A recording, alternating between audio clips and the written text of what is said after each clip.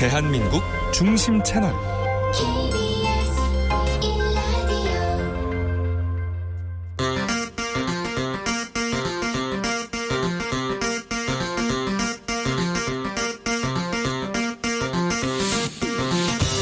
주진우 라이브.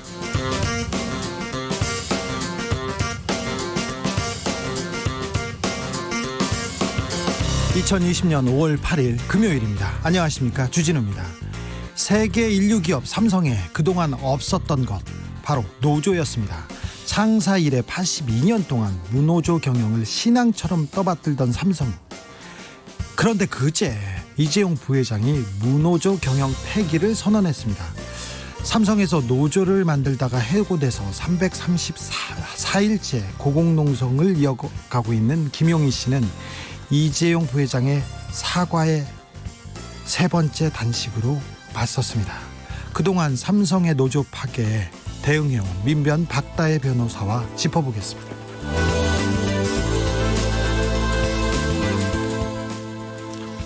여야 원내대표가 교체됐습니다.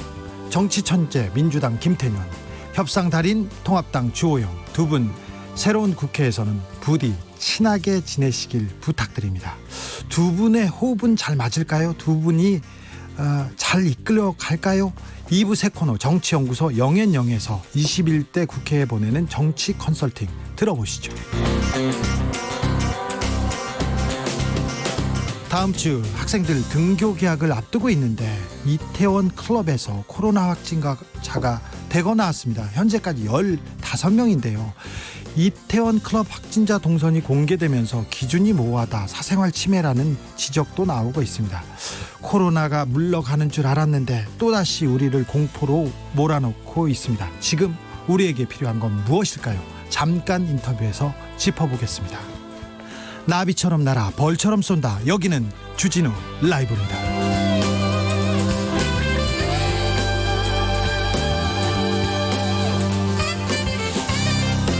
오늘도 자중자애, 겸손하고 진정성 있게 방송에 임하겠습니다. 코로나 시대에 어버이날을 맞았습니다. 거리두기 하느라고 직접 찾아뵙지 못하고 선물만 보낸 분들 있으신가요? 전화로 인사만 하셨나요? 요양원에서는 부모님 면회 대신 전화로 해달라 이런 부탁도 있었다는데 좀 슬픕니다. 그런데 어떻게 하셨는지요? 어버이날 최고의 선물은 역시 용돈, 이렇게 생각하시는 분 있는데 코로나 시대에 효도가 용돈으로 끝날까? 아니, 선물은 어떤 선물을 주셨나요? 온라인으로만 하셨나요? 여러분들의 어버이날 풍경 궁금합니다. 들려주시기 바랍니다. 샵 9730, 짧은 문자는 50원, 긴 문자는 100원입니다. 콩으로 보내시면 무료입니다. 문재인 대통령이 어버이날을 맞아서 효도하는 정부가 되겠다고 하는데 우리 주진우 라이브는 청취자 여러분께 효도하는 그런 방송 되겠습니다. 효도하겠습니다. 성심성의껏 다 하겠습니다. 너 같은 자식 둔 적 없다 그러지 마시고 잘 좀 키워주십시오. 제 친필 사인이 담긴 엽서 받고 싶은 분들은 문자로 신청해 주시고요. 유튜브에서 주진우 라이브 검색해서 영상으로도 만나보십시오. 그럼 오늘 순서 시작하겠습니다.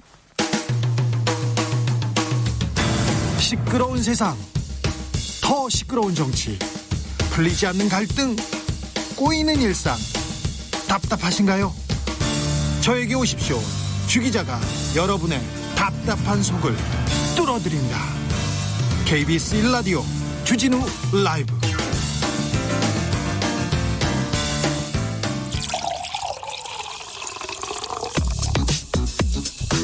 만 가지 뉴스 중에 진짜 중요한 뉴스만 쭉 뽑아냈습니다. 주 라이브가 뽑은 오늘의 뉴스 주스.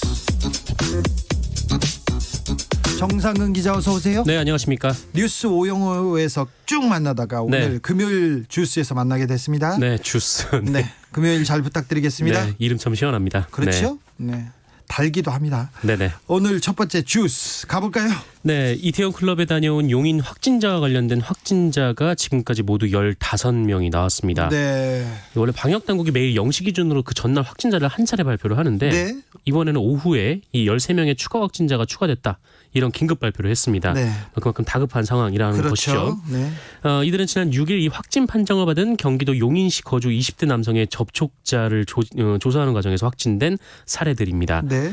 이에 따라 이 남성과 관련해서 확진자가 말씀드린 대로 총 15명으로 늘어났고요.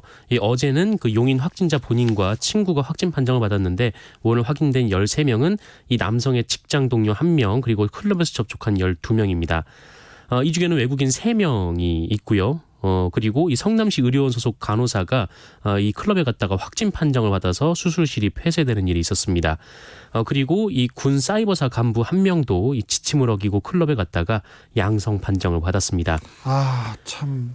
네, 좀 답답한 상황인데 네. 이 정부는 이 국내 코로나19 신규 확진자 발생에 안정세를 보이던 중에 이 발생한 지역사회 집단 감염에 긴장을 하고 있습니다. 이에 따라서 정부가 급히 지자체 회의를 소집을 했는데 네. 이 중앙방역대책본부는 행정명령 등의 조치가 필요한지 검토를 했고 그 결과 오늘 오후 8시부터 한 달간 전국 유흥시설 운영을 자제해달라라는 행정명령을 내리기로 했습니다. 오늘 8시부터 한 달간 전국 유흥시설 운영 자제 명령이요? 네, 그렇습니다. 유흥시설 운영을 자제해달라라는 것인데 말씀하신 대로 오늘 8시부터 한 달 동안 이어집니다. 그럼 그런 유흥업소가 문을 닫는 건가요?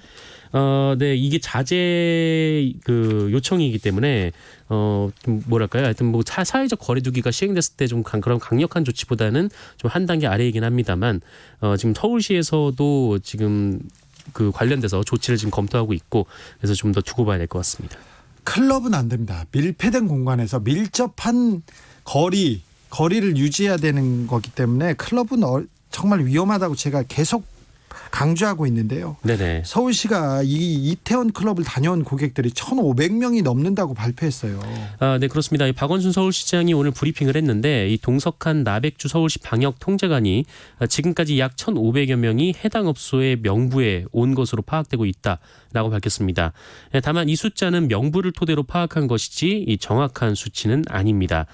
박원순 시장은 이 코로나19 사태가 수습돼가는 과정에서 이 집단 감염 사례라는 엄중한 상황이 발생했다라면서 이 다중 집합업소 등의 집합금지 행정명령을 내리는 방안을 검토 중이다라고 말했습니다. 김태리님이 주디가 클럽 콜라텍 가지 말라고 그렇게 했잖아 얘기했는데 클럽에 가면요 하루 저녁에 클럽을 몇 군데 갑니다 이렇게. 네네. 그래서 여기서 마시고 누구를 하고 얘기하고 저쪽에도 사람이 있네 그래서 가서 만나고 이게 코로나 시대에 가장 위험한 그 감염군이 될 수 있어서 제가 계속 강조하고 있는데 클럽 콜라텍 당분간 절대 안 됩니다. 네, 정치권으로 넘어가 볼까요? 네. 미래통합당에서 원내대표로 주호영 의원이 선출됐네요. 네, 이 미래통합당의 새 원내대표에 대구 5선 주호영 의원이 선출이 됐습니다. 네. 정책위 의장은 충북 3선 이종배 의원입니다. 두 사람은 84명의 당선인 가운데 70%에 해당하는 59명의 지지를 얻었습니다. 그리고 경쟁 상대였던 서울 4선의 권영세 원내대표 후보 그리고 경남 3선의 조혜진 후보는 25표를 받는데 그쳤습니다. 네. 이에 따라 주호영 원내대표는 원내대표뿐 아니라 이 황교안 전 대표의 사퇴 이후 공석인 당대표 권한도 대행을 하게 됩니다. 그 중요한 자리입니다. 네, 이 주호영 원내대표는 인사말에서 우리 당은 바닥까지 왔다라면서 1, 2년 안에 제대로 하지 못하면 재집권할 수 없고 그야말로 역사에서 사라지는 정당이 될 것이다는 절박감을 갖고 있다라고 말을 했습니다. 이분이 주호영 의원이 김종인 비대위원장을 모셔와야 된다 이렇게 주장하시던 분이지 않습니까? 네, 이 김종인 비대위에 대해서 비교적 긍정적인 반응을 보였던 분인데 이어진 기자간담회에서 이 문제에 대해서 질문이 나왔어요. 근데 네. 이 문제에 대해서 가급적 빠른 시간 안에 이 총의를 모아서 지도체제 문제를 정착시키려 한다라고 말을 했는데 김종인 위원장을 언제쯤 만날 거냐 이런 질문에는 아직까지는 계획이 없다. 다만 가까운 시간 안에 보도록 하겠다라고 말을 했습니다. 하지만 이 조기 전당대회가 문제가 있다라고 말한 것으로 보면 김종인 비대위로 가는 좀 그런 수순인 것 같습니다. 네, 서초동으로 가볼까요? 오늘 중요한 재판이 있었습니다. 조국 전 법무부 장관이 오늘 법정에 첫 출석을 했습니다. 네, 오늘 오전 서울중앙지법에서 열렸는데요. 이 첫 공판기일에 피고인 신분으로 출석을 했습니다. 조국 전 장관은 법원에 출석하면서 기자들과 만났는데 이 법무부 장관으로 지명된 후에 이 본인을 최종 목표로 하는 이 검찰의 전방위적 그리고 저인망 수사가 있었고 마침내 기소까지 됐다라면서 고통스러운 시간이었다라고 회고했습니다. 그러면서 이 오랜 시간 걸릴 것이지만 지치지 않고 싸우겠다라면서 그 언론 여러분께도 검찰의 공소 사실만을 일방적으로 받아 쓰지 말고 오늘부터 전개되는 법정에서의 변호인 반대 신문 내용도 충실히 보도해 주길 바란다라고 덧붙이기도 했습니다. 네, 오늘 네네. 오늘 재판이 어떤 내용이었죠? 네, 오늘 재판은 그 유재수 전 부산시 경제부시장에 대한 이 청와대 특별감찰 중단을 결정한 것과 관련된 이 혐의를 심리한 것으로 전해지고 있습니다. 네. 그래서 이 조국 전 장관 외에 이 백원우 전 청와대 민정비서관 그리고 박형철 전 반부패 비서관도 출석을 했고요. 오후에는 이인걸 전 청와대 특별감찰 반장이 증인으로 불려 나와서 신문이 있었습니다. 굉장히 중요한 증인이고요. 굉장히 네네. 중요한 재판이었었네요. 그리고 조국 전 장관의 부인인 정경심 동양대 교수의 보석은 받아들여졌습니다. 오늘. 네, 이 자녀 입시 비리, 사모펀드 의혹 등으로 구속 기소된 정경심 동양대 교수의 구속 기간이 10일에 끝납니다. 그래서 여기 이제 연장을 하려고 검찰에서 구속영장을 추가로 신청을 했는데, 그러니까 일종의 이제 혐의를 쪼개서 영장을 신청을 한 겁니다. 이전에 적시되지 않았던 혐의를 이번 구속영장에 적시를 해서 다시 이제 구속을 해달라라는 거였는데, 구속영장에 적시된 이 혐의가 그 미공개 정보 이용, 차명 주식거래, 증거인멸 교사 등이었습니다. 이에 대해서 정경심 교수 측 변호인은 주된 범죄 사실을 심리하기 위해서 이 작은 여죄들을 찾아서 구속하는 것은 전형적인 별건 구속이다라면서 반대를 했습니다. 재판부가 심리를 했는데 구속영장을 다시 발부하지 않기로 했습니다. 피고인이 도주할 가능성이 없고 또 증거인멸의 가능성이 적다라고 이유를 밝혔는데요. 이에 따라서 10일 자정에 풀려납니다. 네. 다음 뉴스로 가겠습니다. 미국이 방위비를 50% 인상해달라고 요구했습니다. 원래는 500%였으니까 조금 낮추긴 했습니다만 코로나 시대에 50%면 엄청난 인상액이기도 합니다. 네, 50% 인상해달라라고 하면서 마치 큰 선심을 쓴 듯 그런 태도를 좀 보이고 처음에 있는데 500%였으니까요. 네, 그렇습니다. 어쨌든 이 미국이 한미 방위비 분담금 협상에서 양국이 잠정 합의했던 게 13%였는데 이거를 거부를 한 후 자신들의 최종 제안이다라면서 50% 정도 오른 이 분담금을 요구했다라고 합니다. 어쨌든 그래서 총 달라고 하는 방위비 분담금이 13억 달러인데 이게 한 1조 한 5천억 원 정도 되는 거액입니다. 예. 이런 어쨌든 그런 상황인데요. 우리 측은 미국의 최초 요구액인 50억 달러나 이 최근 제안한 13억 달러나 받아들일 수 없는 액수라는 점에서 별 차이가 없다라는 분위기이고요. 네. 잠정 합의한 13% 인상도 과거 협상에 비춰보면 이례적으로 높은 인상률인 상황에서 50% 인상은 검토할 만한 수준이 아니다라는 겁니다. 게다가 또 미국에서는 지금 너무 많이 내려서 요구한 거다 이런 얘기가 나오고 있는데 어쨌든 이러다 보니까 협상 교착 국면이 그 미국 대선까지 이어질 수 있다 이런 우려도 제기되고 있습니다. 네, 장기전이 될 것만 같습니다. 그런 예상이 듭니다. 네. LG가 인도에 설립한 화학 공장에서 가스가 누출됐습니다. 그래서 수천 명의 피해자가 발생했고요. 13명이나 숨졌습니다. 네, 참담한 사고가 발생을 했는데요. 어제 LG화학 인도 공장에서 유독가스가 유출이 돼서 공장 인근 주민들 최소 13명이 숨졌습니다. 이 중에는 6살 아이가 있었던 것으로 전해지고 있고요. 또 천여 명이 병원에 입원했다라는 소식도 들리고 있습니다. 고통받는 그 인도 시민들이 길거리에서 이렇게 쓰러지는 영상을 봤어요. 너무 가슴 아프더라고요. 네, 영상, 사진을 보신 분들이 있을 텐데 사고가 어제 새벽 3시쯤 있었습니다. 그래서 그 주변에 많은 주민들이 잠을 자고 있을 시간에 이 가스가 유출이 됐기 때문에 특히 피해가 컸습니다. 현지 언론에 따르면 공장으로부터 반경 2km 이내에 있는 주민들이 급히 대피 중인 것으로 전해지고 있습니다. 인도 경찰은 공장 탱크에 보관 중이던 이 합성 수지 원료인 스타이렌 가스라는 것이 유출된 것으로 추정하고 있습니다. 이 고농도 스타이렌에 노출이 되면 호흡 곤란 등의 증세가 나타나는 것으로 알려졌는데 현지에서는 이 공장의 냉동 장치 결함으로 이 액체 상태였던 화학 물질이 가스로 변했을 가능성이 제기가 되고 있습니다. 현지에서는 중화 작업을 벌이고 있다라고 합니다. 우리 대기업이 외국으로 나가면 좋은 것보다 조금 더 환경이나 안전 면에서 그렇게 조금 낮은 수준, 낮은 기준으로 이렇게 운영하는 거 아닌가 그런 의심도 해봅니다. 그래서 그 피해자들이 두고두고 LG 그리고 한국에 대해서 어떻게 생각하게 될지 이런 것도 좀 걱정이 됩니다. 그래서 고생하시는지 아는데 외국에 나가서 고생하시는지 아는데 그래도 좀 안전을 위해서는 힘써 주시길 바랍니다. 네, 우리나라를 대표해서 나간 사람이라고 생각하는 분들도 많잖아요. 네, 그렇습니다. 일본군 위안부 피해자인 이용수 할머니가 정의학 기억연대에 대해서 좀 불만이 많으신 것 같아요. 그래서 진실 공방을 벌이고 있습니다. 네, 그 일본군 위안부 피해자인 여성 인권운동가 그 이용수 할머니가 이 정의기억연대 등 위안부 관련 단체들을 비판했습니다. 어제 대구시 남구의 한 찻집에서 기자회견을 열었는데 이 수요 집회, 그러니까 매주 수요일에 일본 대사관 앞에서 집회를 하는데요. 이 수요 집회에서 돈을 거둔 것을 할머니들에게 하나도 쓴 건 없었다라거나 2015년 한일협정 당시 10억 엔이 일본에서 들어오는데 윤미향 대표만 알고 있었다라는 등 이 30년 가까이 위안부 관련 단체에 이용당했다는 취지의 발언을 한 겁니다. 정의기억연대는 뭐라고 합니까? 네, 공식 입장을 오늘 밝혔는데요. 이 모금 사용 내역은 정기적인 회계 감사를 통해서 검증받고 있다. 그리고 공시 절차를 통해서 공개를 하고 있다라는 겁니다. 이 시민들의 후원금을 피해자 할머니들을 지원하는 데 사용하고 있고 각 피해자 할머님들에게 1992년에는 250만 원씩, 1995년에는 약 한 4,400여만 원씩을 전달을 했고 2015년 한일 위안부 합의가 발표된 이후 끝까지 일본 정부의 위로금 수령을 반대하면서 싸워주셨던 그 이용수 할머님을 비롯한 피해자 8명에게 시민들의 모금으로 조성된 기금 그 개인당 1억 원을 지급했다라고도 덧붙였습니다. 이 정의기억연대는 그 이용수 할머님의 기자회견을 안타까운 마음으로 지켜봤다라면서 그 일본군 위안부 피해자들의 인권과 명예 회복을 바라며 이 정의기억연대 운동을 지지하고 연대해 오신 분들의 마음에 놀라움과 의도치 않은 상처를 드린 점에 대해 사과한다라고 밝혔습니다.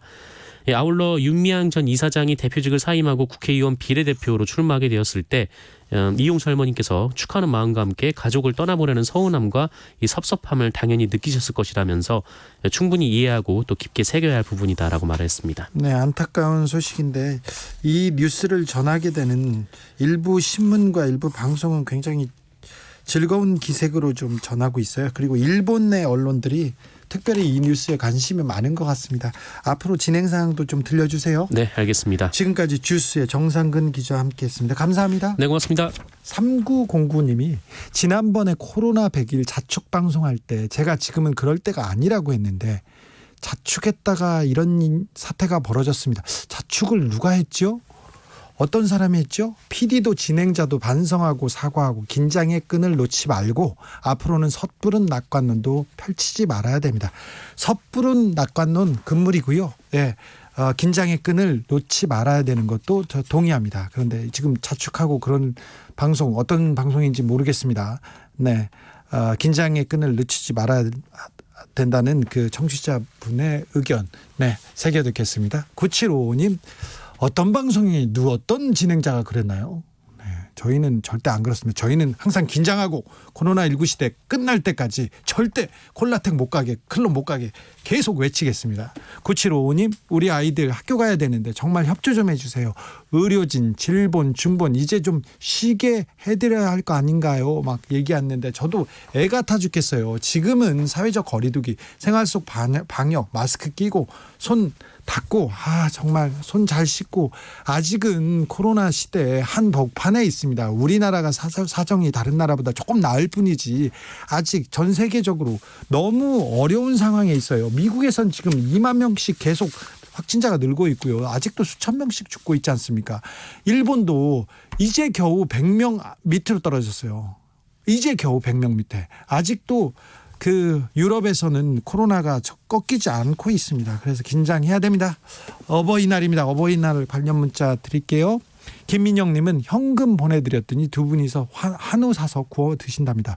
여기 요즘 어버이날에 좀 모범답안처럼 이렇게 보입니다. 현금을 선물로 드리는 분들이 많은데 부모님이 가장 좋아하신답니다. 그런데 저는 다른 것 주는 게 선물을 드리거나 뭐 다른 마음의 징표, 약속 이런 게 더 좋지 않나 그런 생각을 해봅니다. 제가 항상 돈이 없어가지고 그런 걸로 대신했었거든요. 제가 부모님 마음을 몰라서 그러는지 잘 모르겠습니다. 0502님 낳아주셔서 감사합니다. 이 말을 부모님이 제일 좋아해요. 꼭 그렇지만은 않을 것 같은데요. 네. 아니 부모님이 막 혼내고 그랬을 때 왜 낳았냐고 그런 얘기는 하셨을 거 아니에요. 낳아주셔서 감사합니다. 네. 꼭 그렇지만은 않을 것 같은데 그렇게 얘기하시는 걸 보니 부모님을 존경하고 좋아하시는 분이 많네요. 훌륭하십니다. 박상우님 홍삼과 신사임당 2장 드렸어요. 5만 원짜리 2장. 세상에 모든 걸 드려도 아깝지 않은데 제가 드릴 수 있는 게 많지 않은 현실이네요. 네. 아유, 뭐 훌륭하십니다. 부모님한테 이렇게 마음을 전하면 됐죠. 부모님이 좋아하셨을 거예요. 네. 6964님, 아항, 오늘은 주진우 라이브 참 멋지게 외치셨네요. 연습 많이 하신 게 보이네요. 아직 멀었습니다. 주진우 라이브 그게 그렇게 어렵습니다. 교통정보센터로 가겠습니다. 공인혜 씨. 네, 이 시각 교통정보입니다. 금요일인데다 어버이날을 맞아 귀가를 서두르는 분들이 많은데요. 도로도 정체가 크게 늘었습니다. 서울 시내는 강변북로 일산 쪽 강동대교에서 암사, 또 천호대교부터 성수대교까지와 동호대교에서 행주대교 쪽으로 정체 서행하면서 이 구간 지나치는데 1시간 40분이나 걸리고 있고요. 올림픽대로 공항 쪽도 강동대교부터 암사대교까지와 잠실부터 가양대교 쪽으로 쭉 정체입니다. 고속도로는 서울 외곽고속도로 판교에서 구리 쪽 성남 일대로 더디다가 송파에서 토평 쪽으로는 16km 구간이, 계속해서 일산에서 판교 쪽은 일산에서 송내까지 긴 구간 꽉 막혀 있고요. 또 안양터널 부근, 청계터널 부근으로 쭉 정체 서행하다 판교 분기점 부근 4차로의 작업 여파 청계 요금소부터 받고 있습니다. 중부고속도로 남이 쪽 일죽 부근 1차로에서 화물차 관련 사고 처리 중이라 주의하셔야겠고요. 계속해서 대소 분기점에서 진천터널 쪽으로, 반대 하남 방향도 일죽에서 남이천 사이 정체가 깁니다. 이후로도 경기 광주 분기점에서 중부 1터널, 또 하남 분기점 일대로 정체입니다. KBS 교통정보센터였습니다. 주진우 라이브.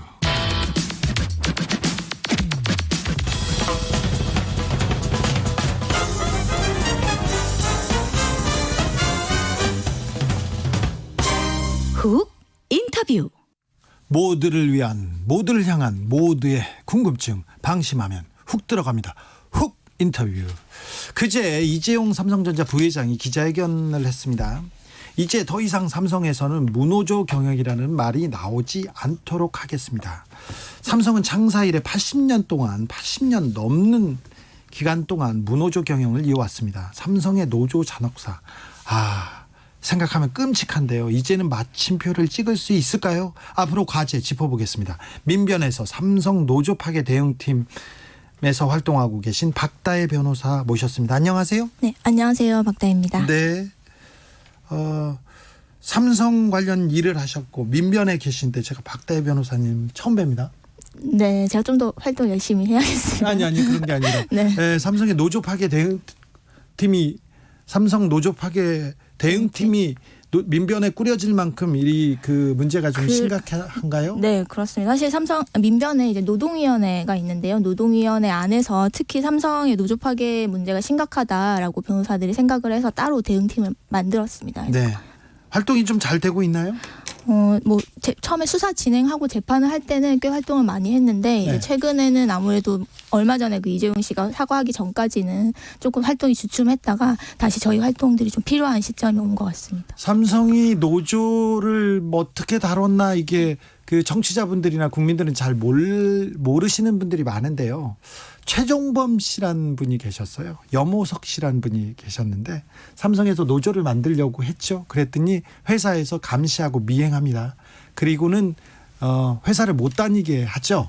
못 다니게 합니다. 그래서 노조 탄압에 항의하니까 그 다음에는 감시하고 미행하고 공권력이 동원됩니다. 그래서 그 두 분은 목숨을 끊으셨어요. 그런데 염호석 씨는 목숨을 끊고 장례를 집에서 그 가족들이 그리고 동료들이 이렇게 치르려고 했더니 경찰을 시킵니다. 삼성이 경찰을 시켜서 장례식장 벽을 부수고요. 그 염호석 씨의 시신을 탈취해 가서 장례를 자기네들끼리 치러버립니다. 이게 불과 몇 년 전에 있었던 일입니다. 이렇게 좀 끔찍한 일이 노조 파괴 역사가 좀 있었습니다. 네. 그런데 이재용 부회장께서 무노조 경영을 종식하겠다 이렇게 말했는데 어떻게 보셨어요? 사실 대국민 사과를 했다 이렇게들 언론에서도 이야기하고 삼성이 주장을 하는데 사실 사과를 한 것인지에 대해서 저는 좀 의문이 있습니다. 오히려 사과인데 사과 아닌 사과 같은 사과. 네, 오히려 이제 본인의 어떤 포부를 밝히는 대국민 담화, 입장문 같다는 생각이 좀 들었습니다. 예. 재발 방지 요구에 따라 설치된 그 삼성 준법감시위원회에서 이렇게 사과하라고 했잖아요. 근데 네. 그걸 따랐고 사과를 이 삼성에서 사과를 한 거면 또 의미도 적지는 않습니다. 의미가 있습니다. 그렇죠. 아무래도 뭐 삼성을 대표한다라고 하는 총수가 나와서 뭐 유감을 표하고 고개를 숙였죠. 사과하는 단어를 쓰기도 했습니다. 근데 네. 실제 이제 그 사과문의 내용을 보면 이제 많은 언론들과 많은 분들이 지적하지만 특히 노조 파괴, 무노조 경영 관련해서는 죄송합니다. 물 드시고 하세요. 천천히. 네. 목이 메이네요. 네. 그 시대의 변화 뭐 이런 말을 운운했습니다. 그러니까 네. 시대의 변화에 부응하지 못해서 죄송하다 이런 이야기를 했는데 그렇다면 과연 무노조 경영이 언제는 합법이었고 헌법에 적법한 절차였는지 그거에 대해서 의문을 제기하지 않을 수 없고요. 그러니까 사실 사과를 했다라고 보기에는 좀 부족한 여러 방면으로 부족하다 생각이 듭니다. 삼성의 노조 파괴 역사가 좀 깁니다. 근데 2013년에 심상정 정의당 대표가 S그룹 노사 전략 문건이라고 노조 파괴 전략 문건을 이렇게 공개했어요. 그때도 수사가 진행되지 않았으면 하는 둥 마는 둥 했습니다. 그런데 지난해였죠?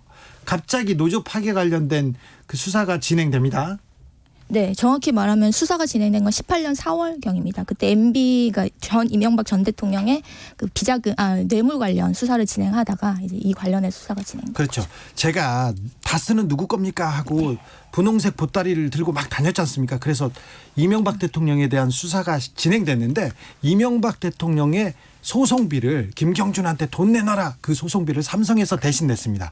근데 삼성에서 대신 냈다는 정확한 물증이 있어서 압수수색을 하러 갔어요. 압수수색을 하러 갔는데 삼성 본관에 모든 컴퓨터와 모든 자료가 치워져 있었습니다. 그렇습니다. 근데 어떤 분이 문 앞에서 컴퓨터를 하나 끼고 있어요. 가슴에다 이렇게 끼고 이건 안 돼, 이건 안 돼. 그렇게 그런 시선으로 수사관을 쳐다봤대요. 그러니까 수사관이 그거 뭡니까? 이렇게 했더니 이건 안 됩니다. 절대 안 됩니다. 그랬는데 그걸 열어봤더니 노조 탄압의 역사가 노조 탄압의 실적이 이렇게 쌓여 있었던 거예요.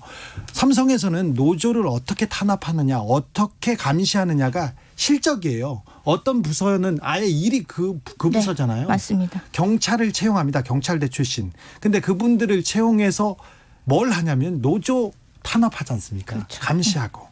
변호사님, 제가 이 얘기를 하고 이렇게 넘겨드릴게요. 네, 네. 정확히 알고 계신데요. 사실 네. 이제 우연한 기회에 이 수사가 진행이 됐습니다. 네. 사실 노동자들이 삼성에서 노동조합을 하는 게 정말 쉽지 않다. 무노조 경영이 있다, 경영 지침이 있다라는 거는 사실 시민들이 상식적으로 알고 있습니다. 네. 그렇지만 그것이 문건이 확인되거나 뭔가 정확한 이게 확인되지 않은 상황에서 피해 사례들만 있다가 13년에 말씀하신 그 문건이 폭로가 되면서 고소가 제기됐죠. 네. 그렇지만 13년 고소가 계속해서 그냥 묻혀 있었습니다. 묻혀 있었죠. 네. 그러니까 이명박 수사를 했던 이명박 수사팀에서 나온 자료를 가지고 그렇죠. 삼성 노조 파괴를 계속 수사하다가 이상훈 삼성전자 이사회 의장 그리고 강경훈 삼성전자 부사장 이분이 구속되기도 했죠. 그렇습니다. 사실 노조 파괴 사건으로 부당노동행위 사건으로 이런 인직원들이 구속되고 뭐 압수수색을 진행하고 한 것도 굉장히 이례적입니다. 네. 그만큼 검찰이 이런 부당노동행위 사건에 있어서 의지를 보인 적이 잘 없었기 때문에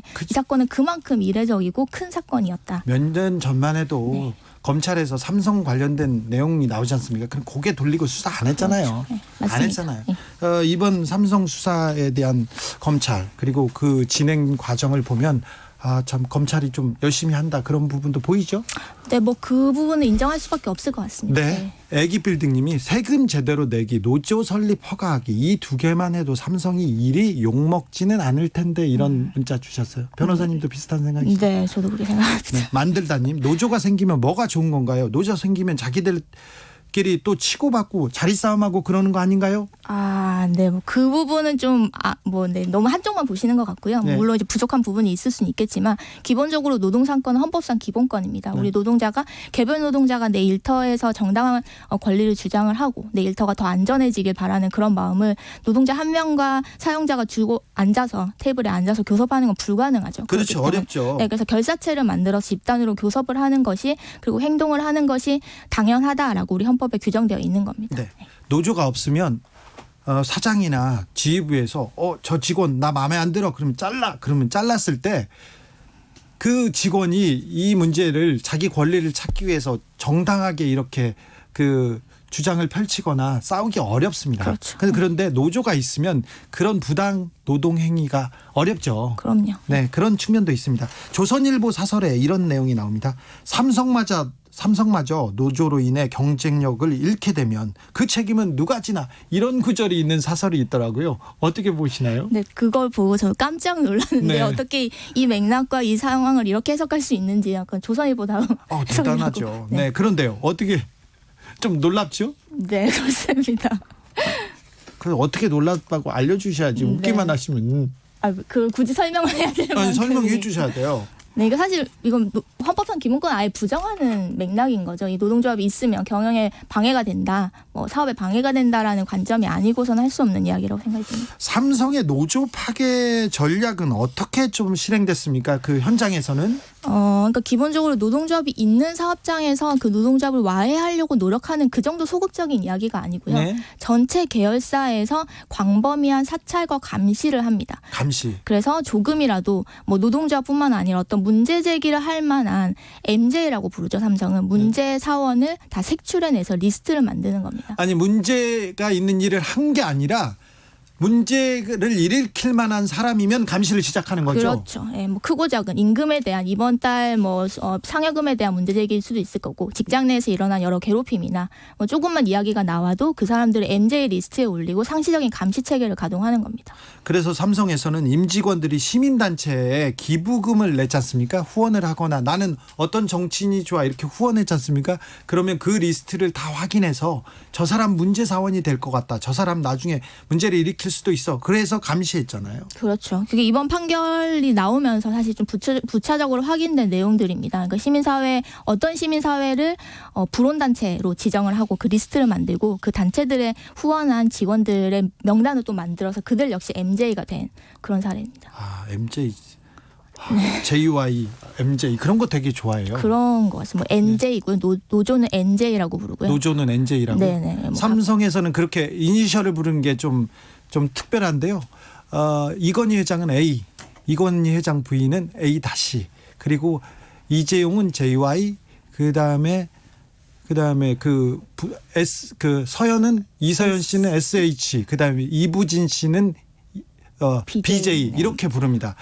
그리고는 그 나머지 부회장, 회장들은 다 이학수 부회장, 다 최지성 사장, 뭐 다 이렇게는 다 일반직은 다 모두 일반인들은 다 그냥 이름을 부릅니다. 이 이름을 안 부르는 직원이 하나 있는데요. 박명경 상무라고요. MK로 부릅니다. 그분은 좀 그 로얄 패밀리로 이렇게 지칭되곤 합니다. 승격된 거군요. 네, 그렇죠. 그렇습니다. 삼성 해고 노동자 김용희 씨는 노조 탄압에 항의해서 300일 넘게 고공농성을 이어가고 있습니다.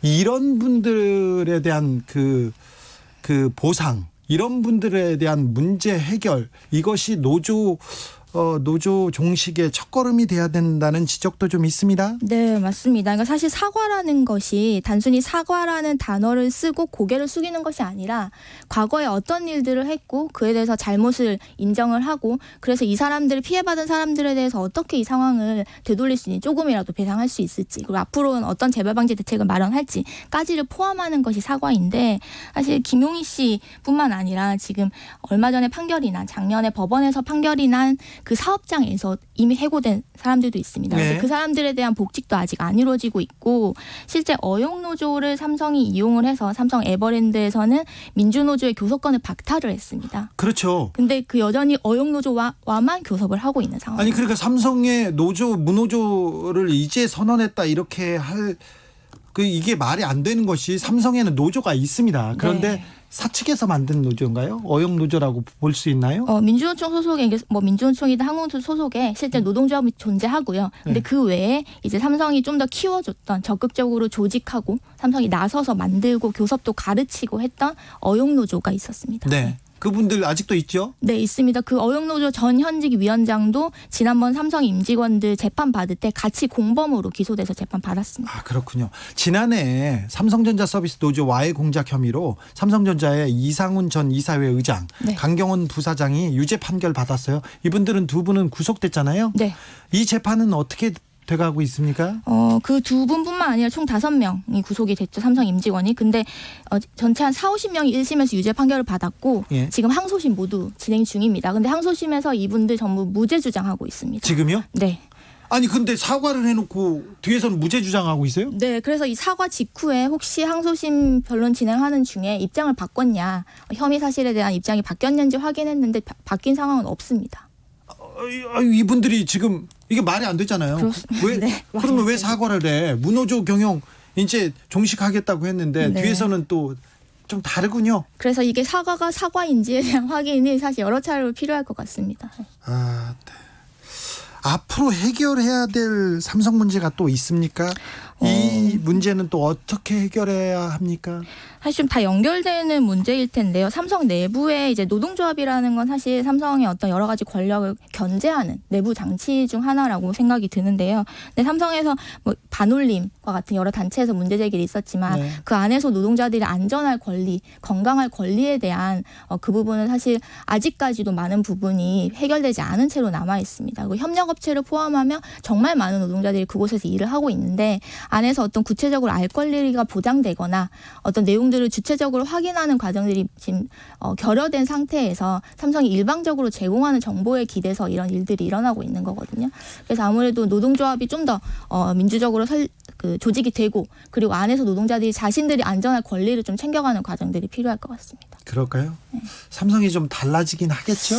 달라지길 기대하고요. 달라지도록 좀 만들 필요가 있을 것 같습니다. 국가대표 기업이 될 만한 삼성, 그런데 국가대표급 존경을 받지는 못하는 것 같습니다. 그런데 삼성 본관 주변만 이렇게 둘러봐도 삼성의 문제로 이렇게 거리에 나앉은 사람들이 이렇게 많다는 걸 좀 되돌아보면 삼성의 앞길이 좀 보이지 않을까 그런 생각도 해봅니다. 네. 여기까지 듣겠습니다. 지금까지 민변의 삼성 노조 파괴 대응팀 박다혜 변호사였습니다. 감사합니다. 네, 감사합니다.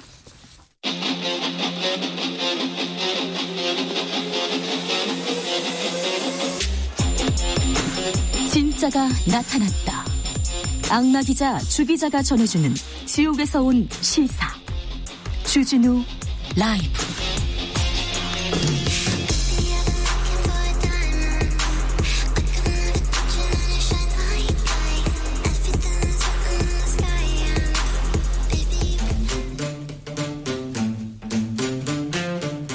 청년이 보고 듣고 느끼는 정치, 그것이 궁금하다. 청년에게 묻는다. 요즘 뭐하니?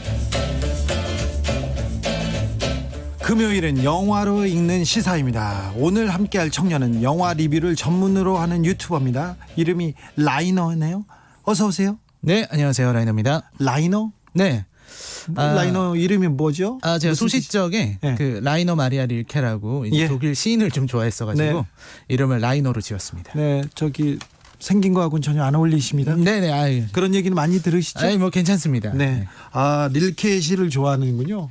예전에 학교 다닐 때. 네. 잠깐. 지금은 아니니까. 네, 지금은 좀 생각이 많이 바뀌었어요. 그렇습니까? 네. 네. 좋아해도 되는데 저도 좋아합니다. 네. 아주 달달한 사랑 노래. 사랑의 시. 네. 네. 주진우 라이브 처음이니까 조금 그 청취자분들께 자기 소개 좀 부탁드리겠습니다. 네, 저는 이제 영화 리뷰를 전문으로 하는 유튜브에서 활동하는 유튜버이기도 하고요. 예. 그리고 또 다양한 방송에서 인사드리고 또 이제 칼럼을 주기적으로 쓰고 있어요. 주간제. 그래서 네. 영화 칼럼니스트로도 활동하고 있습니다. 영화 칼럼니스트, 네. 영화 평론. 네. 어떤 평론가들은 영화 보면 너무 혹독하게 이렇게 평론하던데 네. 그런 부분들 보면 좀 너무 하시는 거 아닌가. 남이 이렇게 열심히 만든 작품을 네. 거의 그냥 그어버리면서 가는 분들도 있는데 그렇진 않으시죠? 제가 좀 혹독한 편이라서. 진짜요? 네. 네, 알겠습니다. 네, 좀. 여기 주진우 라이브는 굉장히 따뜻한 곳입니다. 알겠습니다. 네, 따뜻한 감성으로 훅 던지는 그런 곳입니다. 알겠습니다. 어떤 얘기 앞으로 들려주실 건가요? 네, 뭐 다른 데서는 이제 영화의 어떤 예술로서의 가치라든지 이런 부분들을 많이 소개해드리지만 아무래도 주진우 라이브는 정치 시사 방송이기 때문에 따뜻한. 그래서 시대의 반영으로서의 어떤 영화. 그러니까 영화라는 게 이제 사회를 비추는 거울이기도 하거든요. 그렇죠. 네. 그래서 영화를 통해서 어떻게 우리 사회와 시대가 반영되고 표출되는지 이런 부분들을 좀 들려드리려고 합니다. 기대가 큽니다. 잘 부탁드리겠습니다.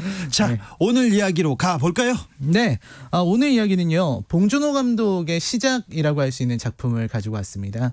지리멸렬. 네, 지리멸렬이라는 네. 영화입니다. 보진 못했어요. 보지 못하셨군요. 얘기는 많이 들었습니다. 네, 사실 봉준호 감독은 잘 아시겠지만 이 1인치 자막의 장벽을 넘어서서 시네마의 언어로 세계와 소통한 그런 감독이시죠. 아, 네. 네, 그리고 그런 어떤 천재적인 연출 능력과 뭐 이런 부분들도 있지만 무엇보다도 그가 사회를 바라보는 그 비판적인 시각 그리고 어떤 날카롭죠. 네, 그런 어떤 계급 구조를 선명하게 드러내는 방식이 네. 그거를 보다 보면 정말 기생충에서 그 희망조차 없는 계급 구조의 그 견고함이 전 세계 사람들에게 다 통용이 됐던 거예요. 네, 설국령 열차에서도 그죠. 앞칸으로 가기 위한 그 계급 간의 투쟁 그렇죠. 그리고 그 안에서의 갈등 이런 게 극명하게 보여지죠. 네, 그렇게 극명하게 보여지는 요소들이 결국은 시대를 반영하고 또 이제 세계를 넘어섰다라고까지 말할 수 있겠는데요. 그렇죠. 이런 어떤 봉준호 감독의 그 시작이 많은 분들이 이제 첫 상업 영화를 플란다스의 개라고 알고 계시고 그게 그렇죠. 맞지만 네.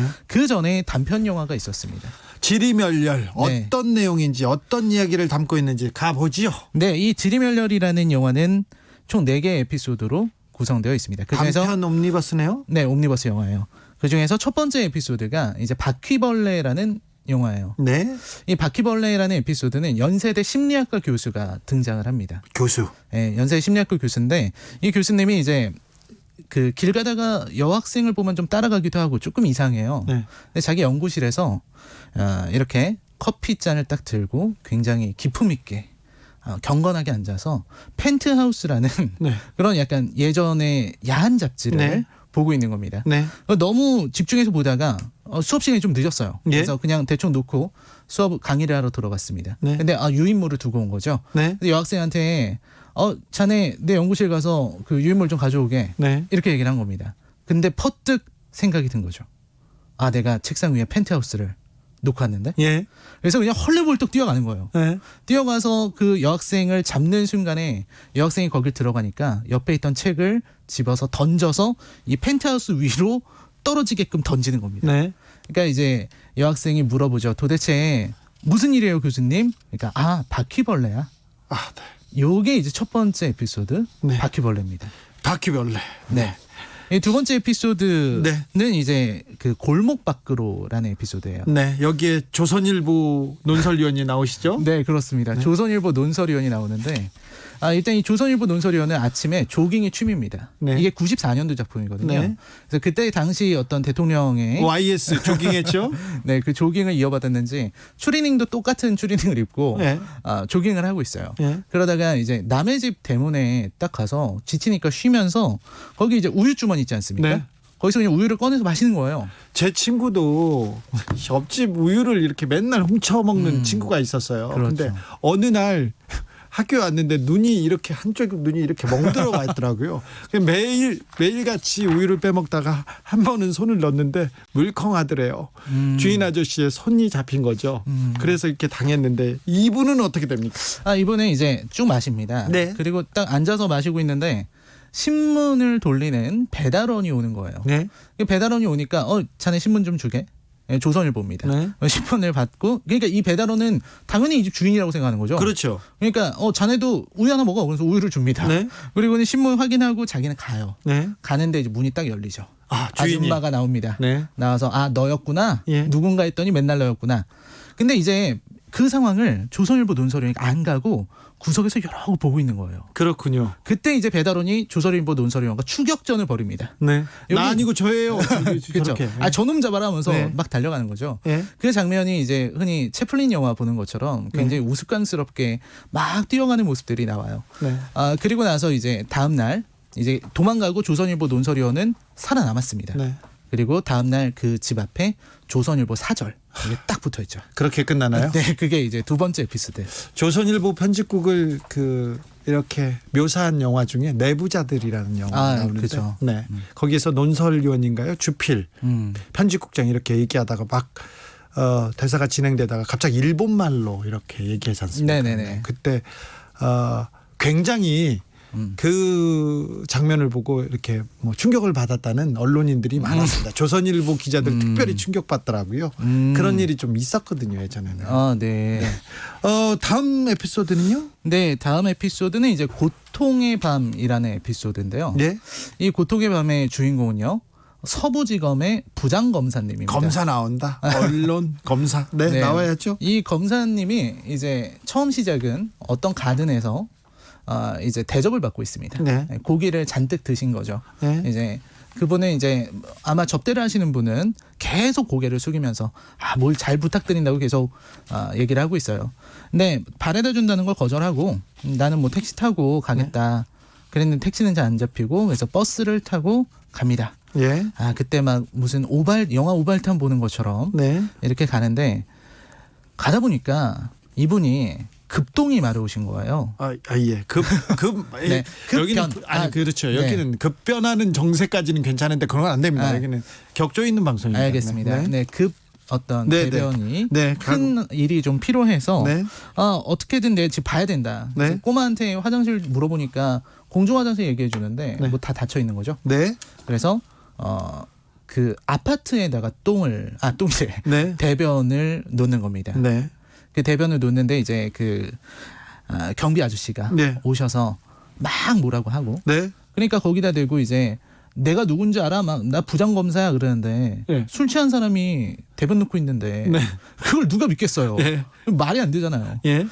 그런 상황에서 이제 결국 이 사람이 복수하겠다고 예. 신문지 줬는데 네. 신문지에다가 놓지 않고 그냥 바닥에다 놓고 도망갑니다. 도망가요? 네. 일단 도망가는군요. 네, 자. 요게 이제 고통의 밤. 교수 그리고 조선일보 논설위원 그다음 부장검사 그다음은요?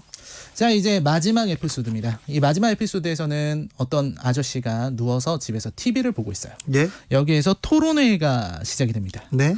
이 토론회에서 이제 사회자가 나와서 각계의 전문가들을 모셔서 이 우리 사회의 흉악범죄가 많이 일어나는 원인을 밝히려고 한다. 네. 그러면서 한 명씩 소개를 하는데 그게 연세대 심리학과 교수, 아까 그분, 바퀴벌레, 네. 그다음에 조선일보 논설위원, 네, 아까 그 우유도둑, 네. 그다음에 서부지청 부장검사, 노상 방분하신 분이죠. 네, 지순정님도 지적하셨습니다. 기득권 대표 선수 총출동. 네, 이분들이 다 나와가지고 네. 이제 이 사회가 왜 이렇게 됐는가를 자기들이 이제 얘기를 하는 거예요. 네. 그래서 심리학과 교수 같은 경우는 뭔가 이 흉악범죄의 원인이 외설적인 대중문화에 있다. 예. 그러면서 일본 영화 음악 얘기하면서 펜트하우스 국내판 이런 거 들어오면 안 된다. 이렇게 얘기합니까? 네, 그렇게 얘기를 하는 거죠. 네. 그다음에 이제 부장검사 같은 경우는 이제 문민정부 이후로 작은 범죄들이 늘어나는 게 문제다. 강하게 법을 적용해서 이런 뭐 신호 위반 같은 작은 범죄부터 작은 범죄부터 그렇죠. 잡아야 된다. 네. 그다음에 이제 논설위원의 말이 대박입니다. 네. 이분은 그냥 기승전 가정교육이에요. 가정교육. 다들 가정교육을 못 받아가지고 이런 범죄들이 벌어지는 거다. 이렇게 얘기를 하는 거죠. 네. 그렇게 얘기를 하고 이제 이 방송이 모든 전국으로 퍼지고 있다는 걸 보여주면서 네. 봉준호 감독의 이야기는 끝이 납니다. 6944님 교수, 언론 간부, 검사, 봉 감독님 살아있는 게 대단하네요. 이렇게 얘기하시네요. 네. 그러니까 단편 때부터 이제 봉준호 감독의 이런 어떤 사회 문제의식. 비판적인 문제의식 이런 것들이 드러나고 있었다는 거죠. 네. 한편의 영화로 우리 사회를 일찍이 그냥 꿰뚫어 보고 있는 것 같습니다. 그때는 그렇게 그렇게 디테일하지 않고 깊이도 없었을 텐데 아무튼 문제의식이 계속 있었던 것 같습니다. 그렇죠. 오늘 첫 코너였는데요. 네네. 첫 번째 방송이었는데 어떠셨어요? 오늘 좀 정신없이 이 영화 얘기를 하느라 아니, 정신없진 않았어요. 재밌었습니다. 네. 재밌었습니까? 네. 네. 좀 재밌게 잘 했으면 좋았겠다는 생각이 듭니다. 좋았습니다. 다음 네. 주도 제가 기대가 큽니다. 감사합니다. 네. 요즘 뭐하니 영화 리뷰 전문 유튜버 라이너와 함께했습니다. 감사합니다. 네, 고맙습니다. 노브레인의 그것이 젊음 들으면서 주진우 라이브 1부 마무리하겠습니다. 저는 6시 2부에 돌아오겠습니다. 절망감은 두둑한